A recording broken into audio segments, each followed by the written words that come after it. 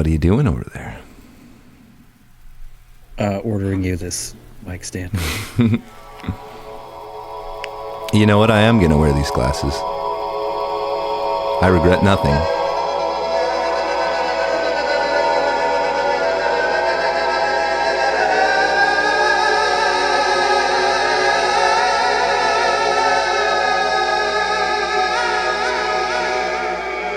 Hello, everyone. Namaste. Welcome to the Unthink Me podcast. Once again, great to see you all here today. This is Adam here, and we got James. If this is your first time tuning in, I would like to encourage you to check out our Discord. It is not discoverable, so get in touch, get on that Discord. This is where we have our integral talks happening right now.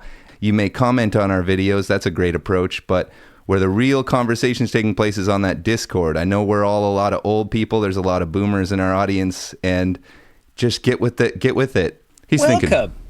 Welcome to our show.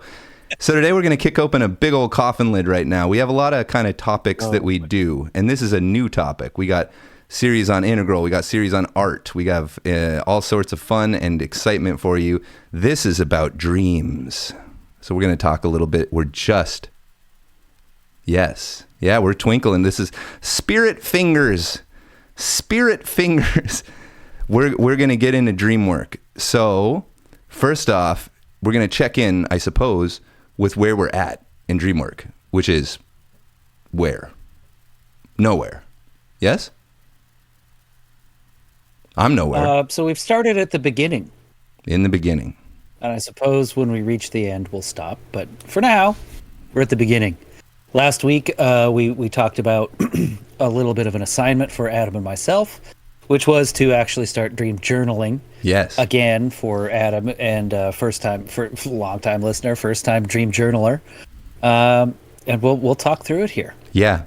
So we'll unpack a little bit of the why behind that and what the Dreamwork thing is. We have a lot to discuss today. But just to make clear to you guys, we are not posing as subject matter experts on anything. I have to make that very clear. We're not spiritual teachers. We're not integral teachers. We're a community of people who are talking about these ideas, and we're using this language. As far as concerns the Dreamwork, we're both at square one right now. Neither of us have any dream recall. We don't have lucid dreams. We don't have any of that variety of stuff currently. And the experiment here is to go from nothing to anything and to see how quickly we can accomplish that and what things enable that and what things don't enable that. So the Dreamwork will be an ongoing discussion where we're trying to achieve certain milestones. Now, oftentimes the place to start in the approach to lucid dreaming or any of this sort of stuff is with dream journaling. Do you know why? What's with dream journaling? Oh, okay. I believe it's for recognition. Yeah. The more you think about and analyze, well, not analyze, but the more you document your dreams as soon as you wake up, the more recognition you'll have. Yeah. A lot of people you talk to, it's funny how like ignorant we are culturally about dreams in a lot of ways. And for me, when I had my first lucid dream, it was almost like, hey, what the heck? Like, everyone can do this and we just don't talk about it. We don't do it. Like, what the heck? This is a seriously awesome thing where you can spend 2 more hours of your life being aware. The lottery. Yeah, you can do anything you want in this Whatever realm. you'd like. Anything. Even illegal stuff, even immoral stuff. This is a moral vacuum where you can create reality and do whatever you want to some limited extent based on your kind of ability. And as you progress, it becomes less about satisfying your power fantasies and stuff. It goes right up the chakras. It goes right up the altitudes in terms of what you're trying to accomplish. So this will eventually get into that whole realm. But what I find, you talk to people and they say, I don't have dreams. This is false. Everyone has dreams, unless you have a serious like medical condition. Every night people have multiple dream cycles, and we go into a different state of consciousness where we're dreaming. And then when we wake up, we're in a different state of consciousness. We have no memory. We have no connection to that. It happens. We experience it. And then we wake up in the morning with just a little tiny thread. In your journaling, it's like one sentence. It's like, I think there was a convenience store and someone was coming after me. Just something really basic. And then the next day... Yeah, vague location and emotion. Yeah. I was afraid of something. Yeah. Oh, okay. Like one image, one moment, and it was kind of in the middle. You just kind of have one thing. And so people think that that's all you can do. Just like, oh, whatever you get in the morning, that's what you get. So you start journaling, and by like 1 week, you start writing that sentence, and you go, oh yeah, well, wait a minute, that was because this happened. And then you go, oh yeah, and then that was there. And so now you have like a paragraph, like in a week, you'll be writing like a paragraph. And what happened to me was like within 6 months, it got to the point where I didn't have time for my dream journal. Like I would remember pretty much everything that happened all night, and I would have like 6 pages. So I had to be like methodical in terms of writing less and less and distilling things better and only getting the main issues out of it, because it could quickly become almost like a real life journal. Like, well, if you actually write down everything you do, it will take your entire life to journal. So you have to kind of select and pare things down. But when you're starting out, you can be very detailed. Having not done this before we started recording, I was talking to Adam. I have some questions. Absolutely. One of them is I don't have time to write down everything that happened. The very first night we did it was the night we recorded our last episode and sort of gave each other the assignment.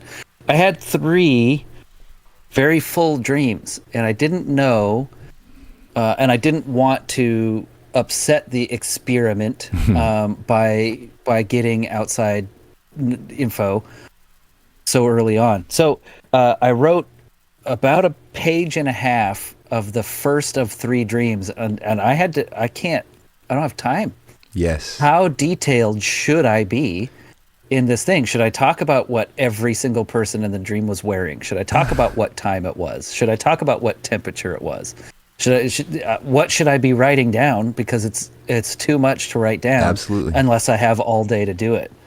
Absolutely. This is this is a concern. And one thing I found and this is kind of why I stopped doing Dreamwork, is I got busy. Like at a certain point in Dreamwork, it gets easier, but there is this long period where it's like, I was having multiple lucid dreams every night. They would wake me up. I would write them down. That would spend time. It would take a minute to get back to sleep. So my sleep was real shitty for a while doing this.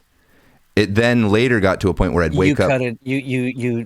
You sacrificed sleep time to document rather than waking time to document. Yeah. When you start lucid dreaming, it generally wakes you up. It's a real trick to not wake up when you're lucid dreaming. So every time I hit a lucid dream, I wake up, I write the events that led up to it, and then the lucid dream, and then I woke up. And then at a certain point, it got to where I didn't wake up anymore because I had learned how to stay in the dream. And there's a lot to that. Well, hopefully you eventually woke up.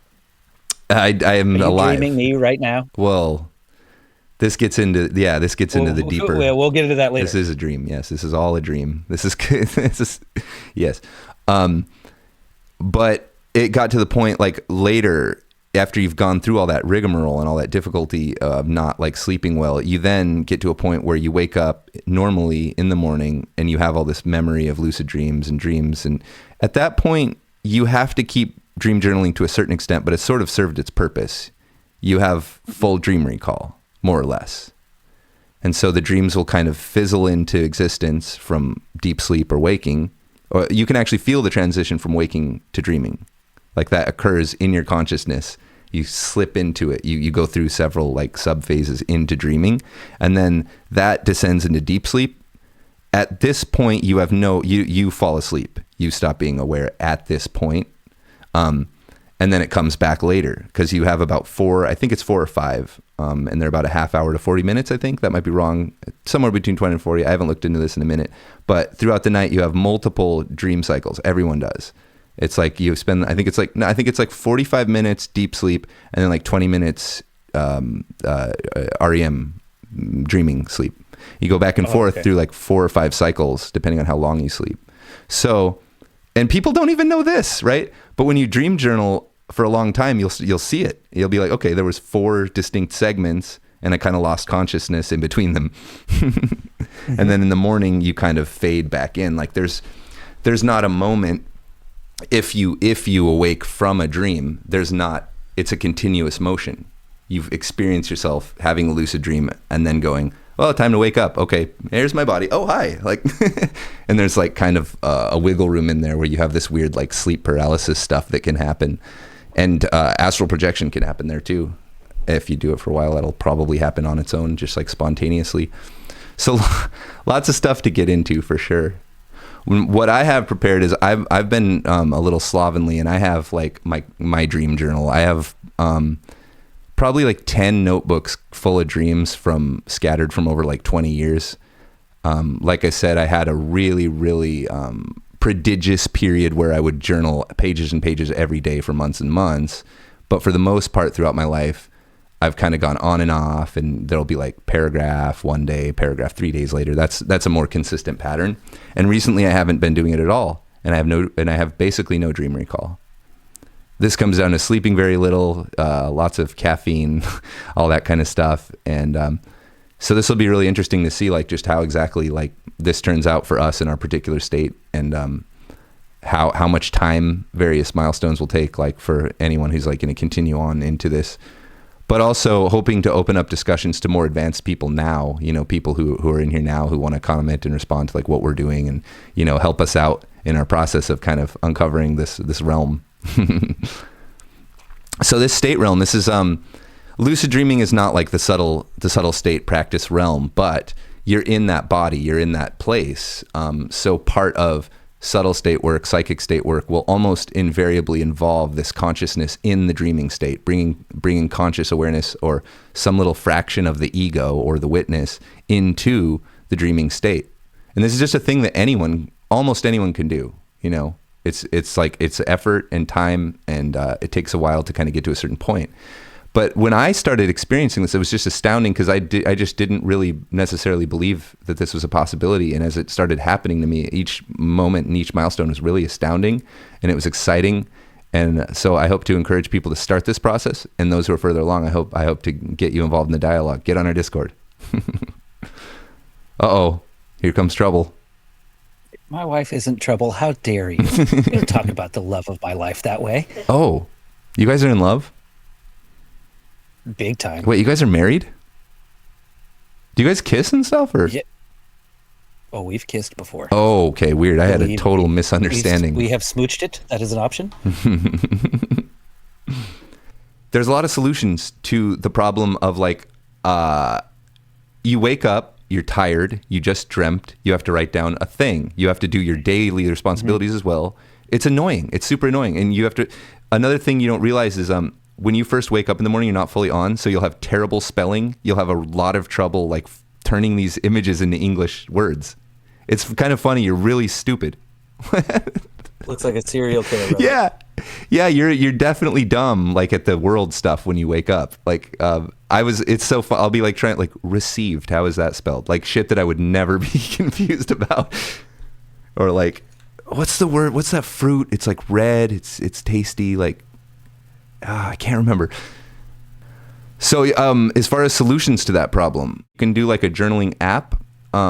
For you might just want to like wake up and do an audio log if that's something you'd be comfortable with. Like that might work better.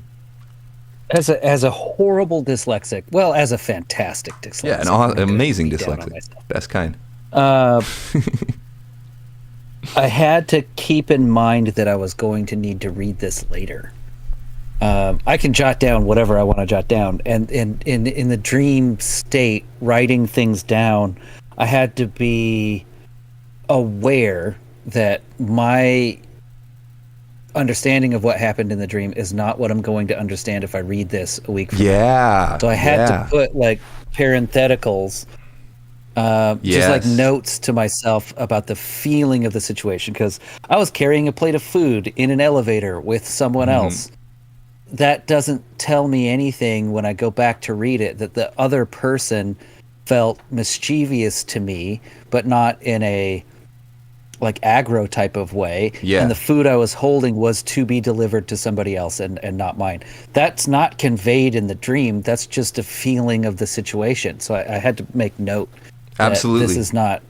This wasn't like I'm not missing a section that I introduced myself to this person and someone handed me this thing. It just happened, but I felt some kind of way about the situation. So I did make a note about that as well. Yeah. So, and this gets into everyone's going to have their own little unique system of, so when you start journaling, it's like, okay, date, description. But you can get into some really kind of advanced organization. Like you can have a section for themes and characters and repeated things. But what I find, what you're expressing, I think, is a thing I noticed too, is that if you were to tell the story of your dream, like the Hollywood treatment, that's not what you got out of it. And oftentimes when we describe dreams to one another, oh, it's so crazy, this happened. It's like, that's not that crazy. Because you're not communicating the really Feelings what hit it, you. though. Yeah. Well, you're not communicating the power of those symbols. And so oftentimes, what I would do is in the margin, I would have a bunch of little characters like a asterisk or a pyramid or some little. So this thing is to do with a repeated symbol. And I have a specific thing that happens is dad jokes. There will be hidden dad jokes, puns that I'm not aware of in my dream. And they'll be like very, very deeply hidden. Like some like interpretive film critiquing of your dream. Like, oh, could that possibly have literally meant the vagina? Oh, it does. It always does. Okay. And also, so ways of categories of dreams. Like I'm going to put in big capital letters, lucid on any, because going back over it, I'm going to want to specifically look for lucid dreams or ones where I had an out of body or visiting a dead relative. Maybe for the benefit of our listeners, you should define lucid and out of body. Like where are those? Smart. What changes a dream Absolutely. to lucid? What changes a dream to out of body? What are these things you're talking about? Lucid dreaming specifically means just any vivid dreams. That's not what we're saying. The lucid dream is an experience where normally when we're dreaming, we're just kind of present and what's happening is happening and we're not really assessing or thinking. We're just doing the dream. But in the lucid dream, the person dreaming, almost like their ego comes back. They go, oh, I'm here. This is a dream. I'm dreaming. And so in that state, you then go, okay, so if I'm manufacturing this world, I can change it. I have pretty much godlike power in this world if only I can figure out like how I'm generating these images and what's... So this is kind of the first thing that happens, is you become conscious in the dream, and it's very startling. You're like, holy shit, I'm actually in my own dream right now. It's like if you were watching a movie and you're like, oh my God, I'm Forrest Gump. This is so, normally I just watch this, but I am this movie now. So it's really startling. It's like, so it's very important to draw that distinction there. What generally will happen on your first lucid dream is it will get you excited. Your body in real life gets excited and that wakes you up. So as we get into lucid dreaming, we'll talk about strategies to get out of that. So specifically, we're saying it's a dream in which you are consciously aware that you're dreaming and you feel like you are physically present there in the dream world to some extent. And it feels very different than an ordinary dream. You're in there thinking. Like I've written songs in that state. I've written songs in a little stage in a dream. I was able to think well enough that I could kind of do the process of songwriting, and I didn't have to have an instrument. I could just make a guitar play notes and they would sound. It's amazing. So this is a thing that's available to us all the time. We just have to get better at doing this. This state is visionary. This is where physicists find new things about reality. This is that state. It's like a flow state of very high intuition and vision. So it's annoying when people equate this with divination, or like they think that dreams particularly tell the future or something. I think that kind of cheapens it. It's not a miracle. It's actually how your mind knows things that you don't know in the front of your mind. In dreams, things that you hide from yourself are being revealed to you. This is always the case. God damn it. By the way, I as I watch my videos, I realize that I say always. Oh, I'm so annoyed with it. It's always, Adam. It's always. Oh boy, and I say that word a lot. I say that experiment. I say that word a lot. Experiment. Always. I always say that word. Oh boy. That's just all the accents you've accumulated through your moving, and that's where you land. Yeah. So, yeah, dream journaling is a way to get better at lucid dreaming. As your recall increases, your potential of lucid dreaming increases. Lucid dreaming is a particular category, a type of dream, and there's all kinds of different things in that world, in that realm. So we had mentioned astral projection and out-of-body experiences. In my opinion, these are a variety of lucid dream. So I don't have beliefs. So if you say like, okay, your soul leaves your body, I'm like, that doesn't, what's a soul? Like, what is, that means nothing to me. But from your perspective, you have this experience where, here's like my description of it, what I would call an out-of-body experience. I'm laying on my back and I'm very tired, but I'm not asleep yet. And then as I start to relax, I feel this, it feels like there's a spit through my body and I'm rotating back and forth and I can't figure out where I am. So it's like rotating and it's kind of waving back and forth physically. And I'll explain why this is happening. But what I learned is instead of letting it do that, you go with it, you roll with it, and you start spinning. I don't know why, let's say. You don't have to know why. It's like singing. You don't have to know how the voice works. You know, you don't have to know why this works. But you start, if you're laying down and you start feeling rotating on your roll axis, is that roll axis? I don't know my piloting. I don't know my flight school stuff. We'll have to do a show on that. As you're feeling that, roll with it, go with it, let it spin. And what? Yaw axis. No, roll, pitch, and yaw. Yeah. We got to figure those out again. It's roll. Yeah, this is roll. This is yaw. This is pitch.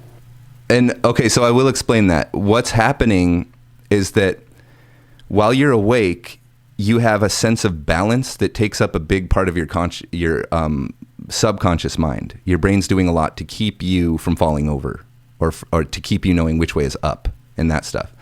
And when that shuts off, if you're still paying attention, all of a sudden your sense of what's up and down is going out the window. So it's exactly like being dizzy. You know, roll down a hill and then lay on your back and you'll feel the world rotating. It's exactly like that. It's the same thing. But if you go... Is this the same trigger or mechanism when you're just falling asleep and you almost, maybe you're entering a dream state or maybe you're just thinking and you like roll off the edge of something. You wake up and like catch yourself? Yeah. So that's the hypnagogic state. It's that kind of bleed over where you're in between, you're doing lots of alpha waves and you're in between the REM dream state and very relaxed, mellow, but still conscious state. And so what that's going to do is it's going to shut off your bodily awareness little by little. But if you remain conscious through that, it's this really violent thing because your balance is shut off, but you're still body aware. So you're like, where the fuck's my body? Ah! But if you're fighting against that, it's going to keep you from descending deeper into that state. So you roll with it and you spin with it. It's very weird, but this is how I do it. And this is how it's described to me in a lot of cases. So to get to that moment where you're laying on your back and it's spinning is kind of just luck. A good thing to do is work really hard. And when you have that day where you could just go home and lay down on your couch with your shoes on, you'll fall asleep. That's the perfect time to try this. When you're very tired and your brain is ready to crash at any moment. And it helps to have lucid dream experience. Anything you do in this realm will make you better at everything else in this realm. It's very strange. So as that rolling happens, a shift happens and you're no longer consciously aware of your actual physical body. And you enter what is called, maybe in integral, the subtle body, but it's a sense of the self that is no longer tied to your real physical body. And so the sense is almost always rising up from your sleeping position.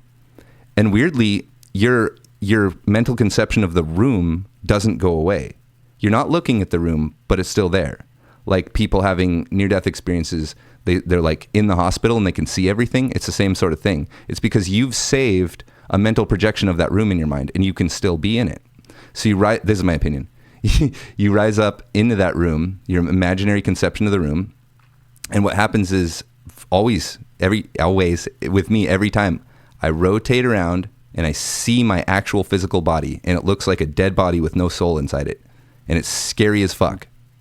So you have to get through that to do the out of body experience.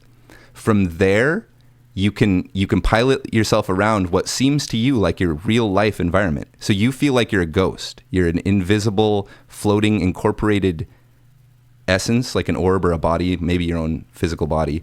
But you can see your body in the bed in your mental construction room, and you can go anywhere you want. You can phase through walls. You can do, and from there, I generally go into the lucid dreaming state.